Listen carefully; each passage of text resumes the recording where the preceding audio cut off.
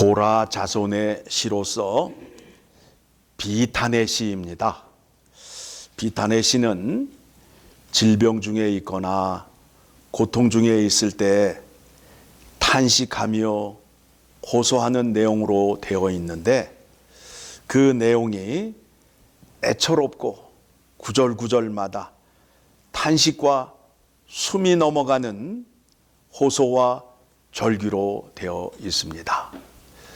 지금 본문의 내용을 보니까 시편의 기자가 지금 고통 가운데 있어요.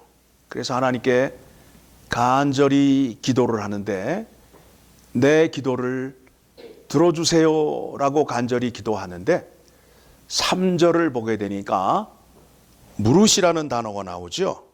무릇. 무릇이란 뜻이 무엇인지를 여러분 이해하셔야 됩니다. 내가 이렇게 기도를 하는데 나의 형편을 살펴보니까 무릇이라는 단어가 나오게 되는데, 전체적으로 생각해 보았을 때에 나에게 잘못이 있다는 거예요. 무릇이라는 뜻이 무슨 뜻이라고요? 전체적으로 생각해 보았을 때에 나에게 잘못이 있음을 확인하게 되었다라는 겁니다.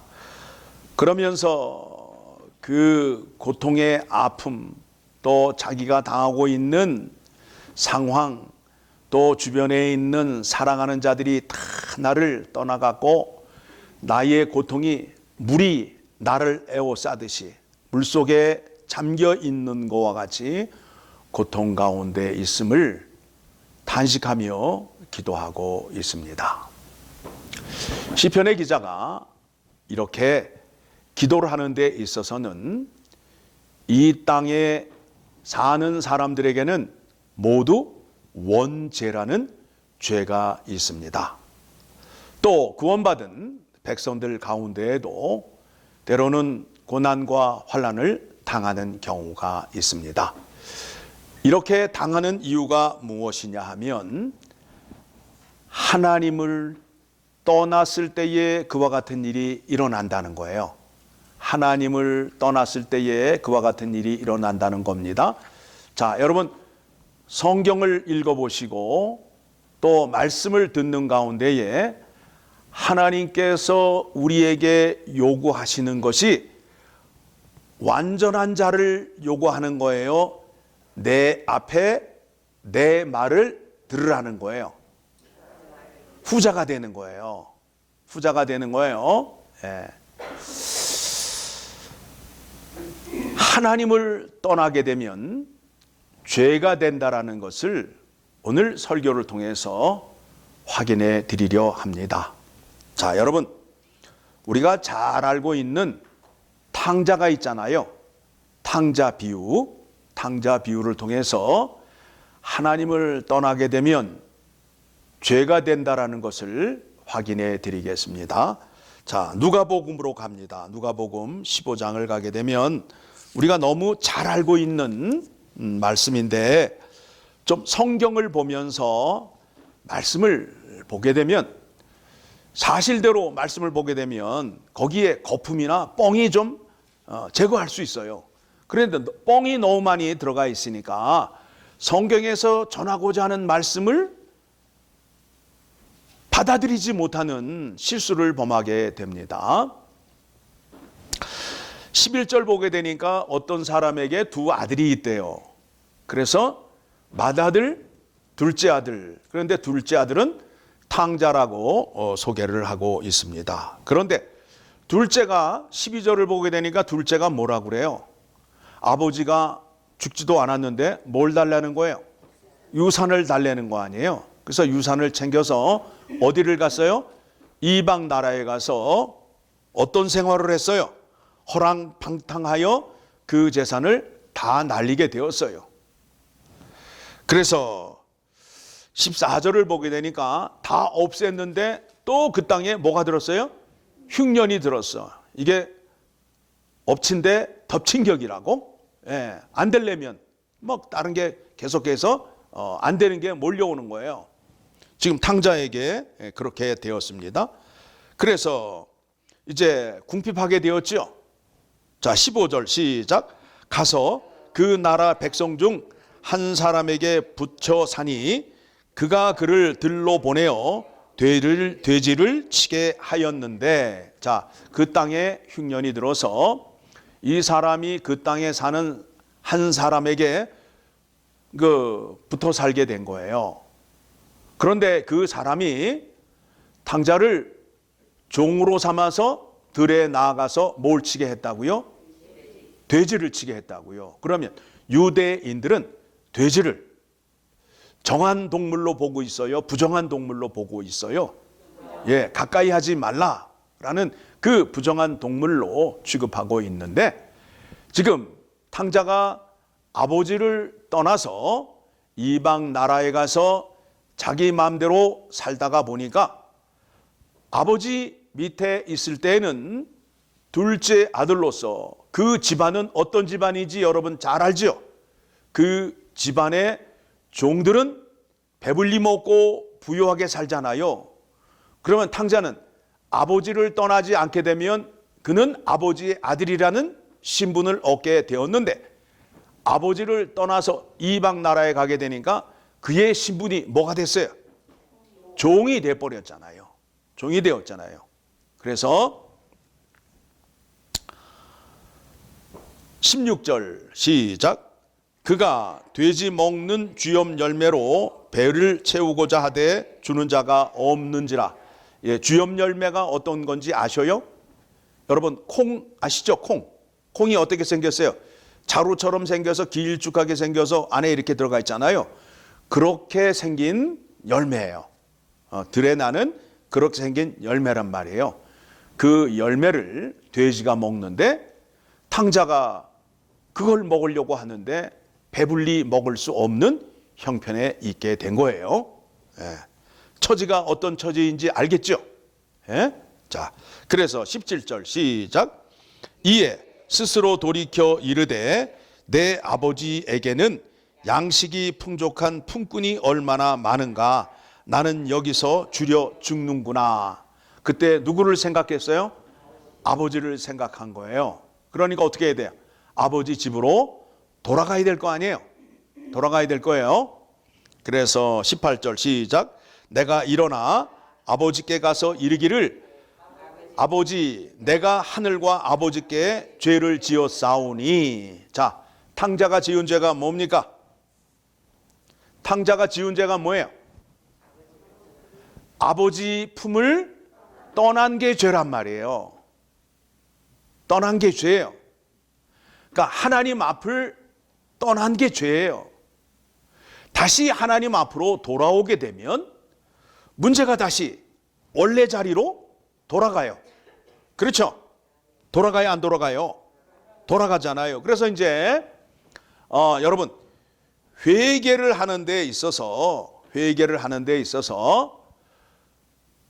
회심, 돌이킴이 함께 와야 돼요. 나는 잘못한 거를 깨달았어. 그러면 다시는 그 잘못을 하지 말아야 하는 그 지난날의 잘못에 대한 눈물, 서러움, 아픔이 있어야 돼요. 거기서 끝나는 것이 아니라 그 자리에서 돌이켜서 다시 되돌아가는 돌이킴, 이게 함께 수반이 되어야 성경에서 말하는 회개가 되는 거예요. 머리로 깨닫고 마음이 함께하고 행동이 함께하는 회개를 해야 돼요.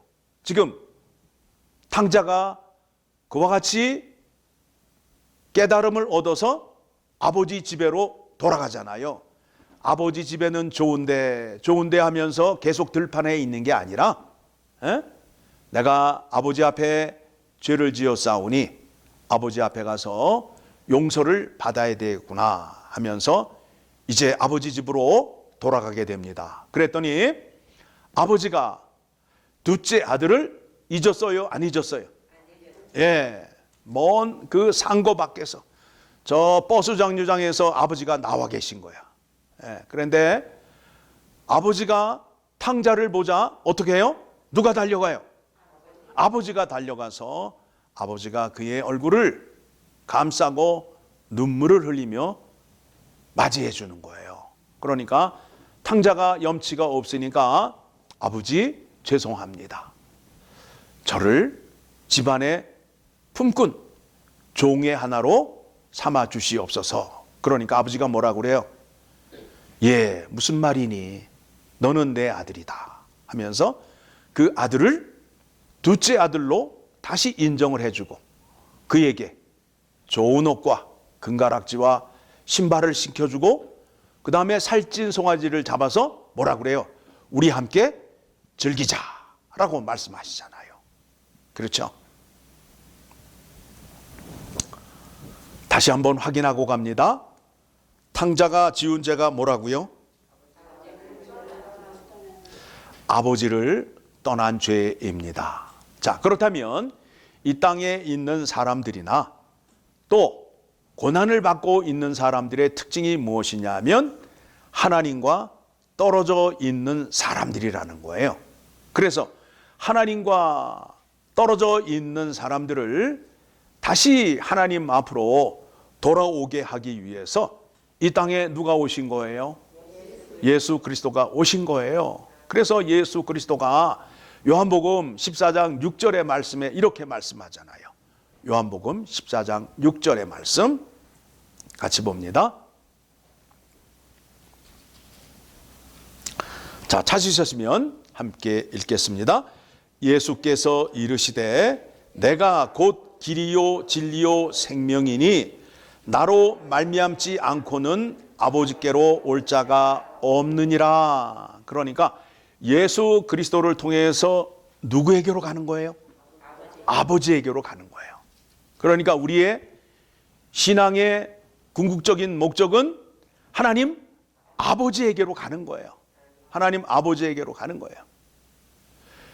이거를 아셔야 교회에 오셔서 신앙의 본질을 붙잡을 터인데 이걸 모르니까 자꾸 교회 와서 계급장 달라고 하고 힘 있는 자리 달라고 하고 앉으면 화내고 교회가 내 마음대로 돼야 된다라고 생각하는 사람들이 있어요.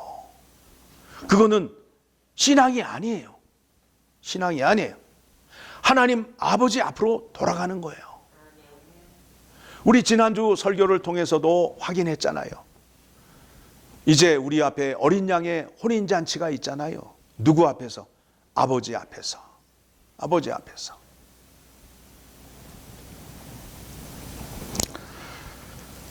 우리에게는 예수 그리스도가 계셔요. 그래서 예수 그리스도를 통해서 하나님 아버지 앞으로 나아갈 수 있게 됩니다.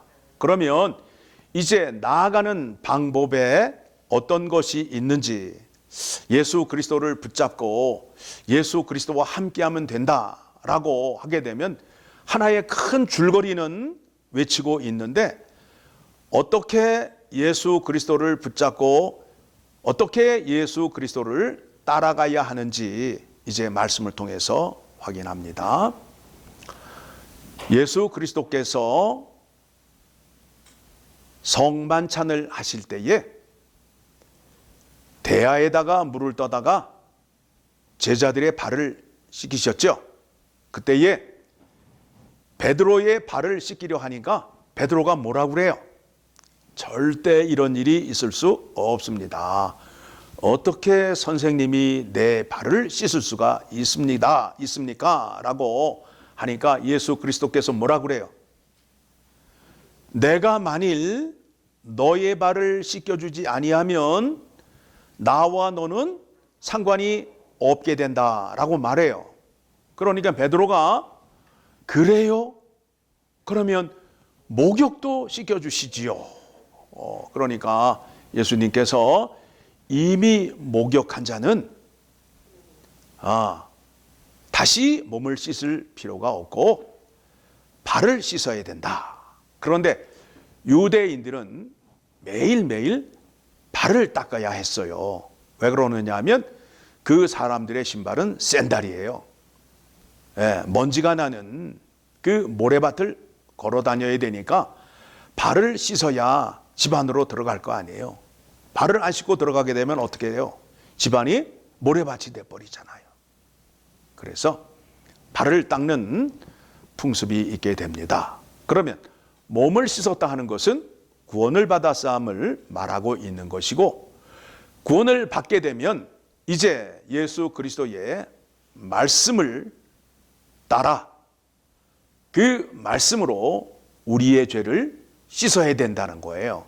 그래서 우리가 씻을 때에 뭘 사용하죠? 물을 사용하잖아요.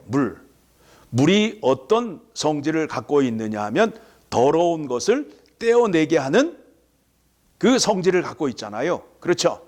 여러분 설거지할 때 뭘로 하세요? 물로 하잖아요. 세탁할 때 뭘로 하세요? 물로 하잖아요. 더러운 것을 떼어내게 하는 역할을 한단 말이에요. 그래서 말씀을 물로 비유를 해서 말하는 거예요. 그러니까 말씀이 우리 안에 들어오게 되면 더러운 게 그대로 있다 떨어져 나간다. 떨어져 나간다는 거예요. 하나님의 말씀을 들었는데 내 마음에 악한 게 아직도 계속 있어. 그러면 그 말씀이 그 안에 들어가서 살아 움직여서 역사한 거예요? 역사하지 않은 거예요? 역사하지 않은 거란 말이에요.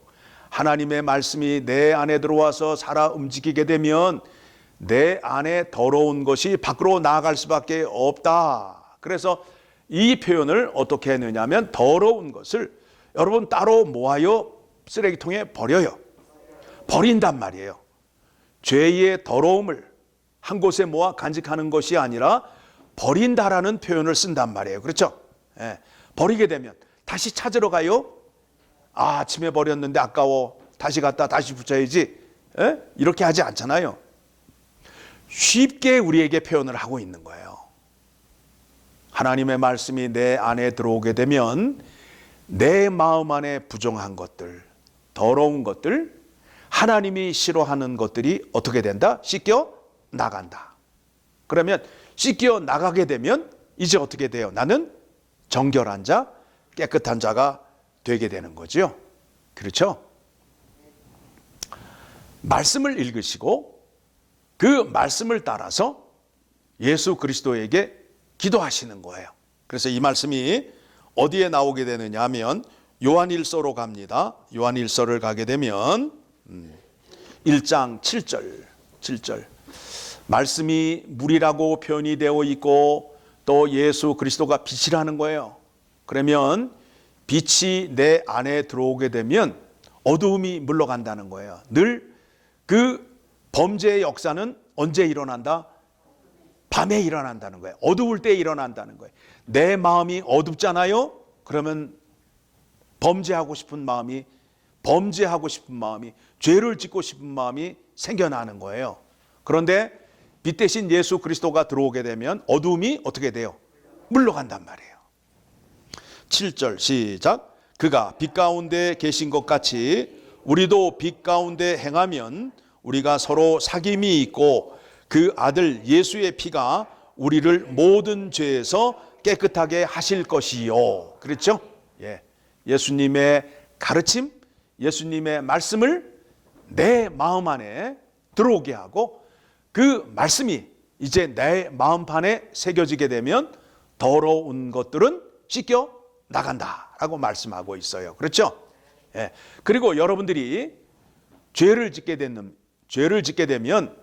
언제든지 주님 앞에 나아가서 회개의 기도, 용서의 기도를 하게 되면 예수님께서는 짜증을 내신다, 짜증내지 않는다, 않으신다는 거예요. 매번 나가서 똑같은 죄 항목 자꾸 기도하는데 나도 염치가 있지. 또 가서 또 용서해달라고 그래. 난 그래서 내 성격에는 나는 못해. 나는 한두 번 말해서 안 되면은 아니야 하고 또 고집피는 사람 있잖아요. 그렇죠? 나는 3번은 안 해 라고 또 고집피는 사람 있죠? 그러시면 안 돼요. 우리 주님께서는 언제든지 찾아와서 용서를 해달라고 하면 짜증을 내신다, 안 내신다? 오히려 더 기뻐하신다. 말씀으로 살려고 노력하고 애쓰고 있구나 하면서 죄 용서해 주시고 죄 자리 가지 아니하도록 우리에게 말씀의 능력을 주심으로 인해서 거룩한 자를 만들어 주시는 거예요. 그래서 하나님께서는 어떤 사람을 제일 좋아한다고요? 뺀질대고 말 안 듣는 사람보다 잘못했을 때에 회개하는 사람을 좋아하셔요. 그래서 여러분들이 기도를 하시는 데에 회개의 기도를 많이 하셔야 돼. 나는 드릴 만큼 드렸어. 나는 할 만큼 했어. 나는 더 이상 할 게 없어. 그렇게 뺀질대시면 안 돼. 하나님이 제일 기뻐하시는 게 뭐라고요? 죄를 들고 오셔서 회개하는 것을 제일 좋아하신다는 거예요. 하나님은 우주 만물의 주인이시기 때문에 어떤 물질로 이렇게 드리는 거 별로 좋아하시지 않아요. 진짜 좋아하시는 거는 말씀을 지키며 사는 사람, 말씀을 지키지 못해서 용서받으러 온 사람을 좋아하시는 거예요. 그래서 예수 그리스도를 지금 하늘 보좌 우편에 영원한 대제사장으로 삼으신 거예요. 대제사장이 하는 일이 뭐예요? 죄를 들고 가기만 하면 그 죄를 맡아서 처리해 주시는 분이란 말이에요. 그렇죠? 네. 그러니까 예수 그리스도가 영원한 대제사장이 되신다라는 것을 알게 되면 여러분의 죄를 들고 가는 것을 부끄러워하거나 창피하지 아니하셔도 돼요. 그 일을 감당케 하기 위해서 예수 그리스도를 영원한 대제사장으로 삼으셨다는 거예요. 누가? 내가 하나님 아버지가 우리를 사랑하셔서 죄 지면 용서받게 해주시기 위하여 영원한 대제사장으로 삼으셨다는 거예요. 얼마나 감사한 일인지 모릅니다. 그렇죠? 자, 9절 말씀 또 봅니다. 9절 요한일서 1장 9절 말씀 시작. 만일 우리가 우리 죄를 자백하면 그는 미쁘시고 의로우사 우리 죄를 사하시며 우리를 모든 불의에서 깨끗하게 하실 것이요. 예, 우리가 죄를 들고 나아가는 것을 예수 그리스도가 기뻐하신다, 짜증내신다? 기뻐하신다라고 나오잖아요. 요한일서 1장 9절의 말씀에 그렇게 나오잖아요. 예, 그러니까 여러분 교회에 오셔서 회개 기도 많이 하시게 되면 예수 그리스도가 좋아하신다라는 겁니다. 자, 오늘 시편 88편의 그 말씀의 내용이 무엇이냐 하면 구원의 은혜를 강구하고 있는데 그 구원의 은혜를 예수 그리스도를 통하여 우리가 얻게 되는데 예수 그리스도를 통해서 하나님 아버지 앞에 가는 것이다 라고 말씀을 통하여 확인하였습니다. 그런데 그 말씀의 비유를 탕자를 통하여 우리에게 말씀하셨습니다. 아버지를 떠난 것이 죄이다. 그렇죠? 그러니까 여러분들이 아버지를 떠난 것이 죄예요. 육신의 아버지에게 연락하지 못한 게 뭐예요? 효자예요, 불효예요?